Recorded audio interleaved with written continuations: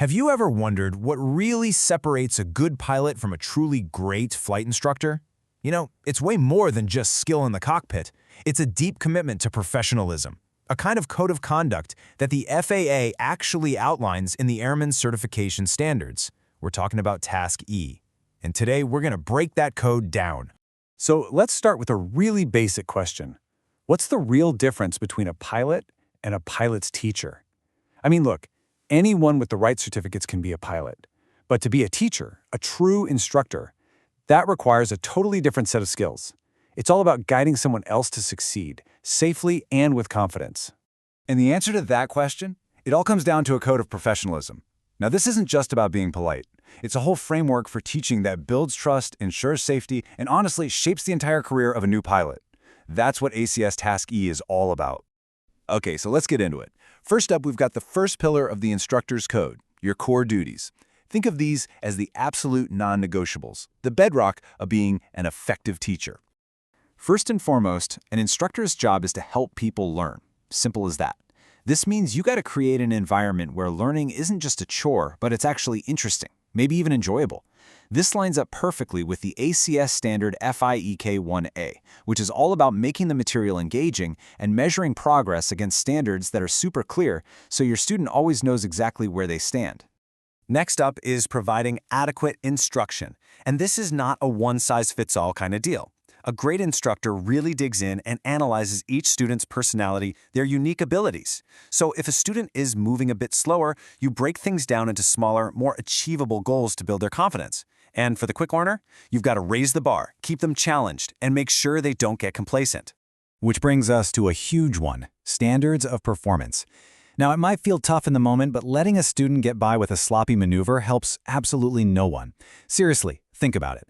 Letting a messy landing pattern slide today could build a bad habit that becomes truly dangerous in an emergency tomorrow. Upholding high standards is one of your biggest responsibilities. It's what keeps your student, their future passengers, and everyone else in the sky safe. To do anything less is just a huge disservice. And how you hold up those standards, well, that matters a ton. The key here is to always emphasize the positive, because positive instruction leads directly to positive learning. When a student feels encouraged, their confidence just blossoms, and they're way more open to what you're teaching. A debrief that starts with what went right before you tackle what needs work, that's always going to be more effective than one that just lists all the mistakes. So really, all of these duties, they're all working together for one critical goal, to minimize your learner's frustration. You motivate them by explaining why something is important. You keep them in the loop on what you expect so there are no surprises. You treat them like an individual, and you give them real credit when they nail it. This whole approach builds an incredible sense of trust and partnership. And that flows right into our second pillar, your professional image. This is all about how you present yourself, because believe me, your students are learning from your example long before that engine ever turns over. The contrast here is just night and day. A professional instructor, they're sincere, they're honest. They don't try to hide it if they don't know something. They accept the learner, mistakes and all. They're calm, they're patient, they even show up looking neat. The opposite of that, ridicule, impatience, just being sloppy, that doesn't just look bad. It actively destroys the learning environment and shatters trust. This quote from the source material just nails it, doesn't it?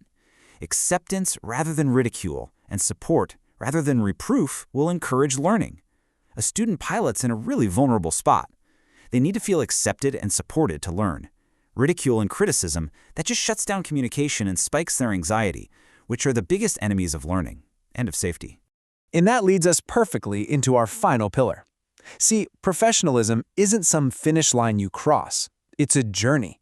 It's a continuous commitment to growing and getting better. Getting your certificate, that's just the starting pistol. The best instructors are also the best learners. They are always on the lookout for ways to improve.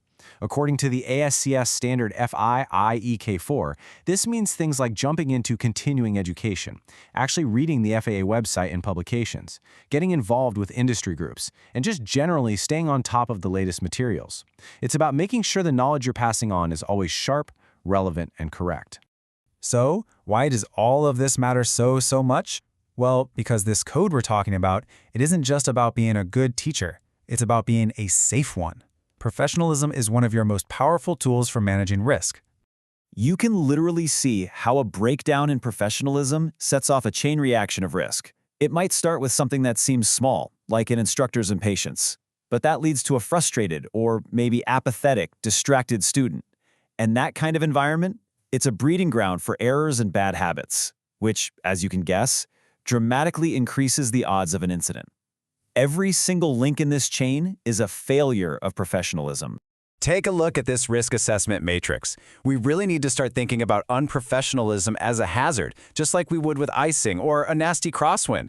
When an instructor's bad attitude leads to a student who's frustrated or just checked out, the chance of an error becomes probable. And, as you can see right here on the matrix, that can shove the overall risk from low or medium straight into that high-risk red zone. So let's end with this thought. Your FAA certificate. That's the piece of paper that says you can instruct. But your professionalism, your deep commitment to your student, to safety, and to your own growth, that's what turns you from a simple instructor into a true mentor. It's the difference between just teaching someone to fly and actually shaping a safe, competent, and professional aviator for life. The choice is yours. Which will you be?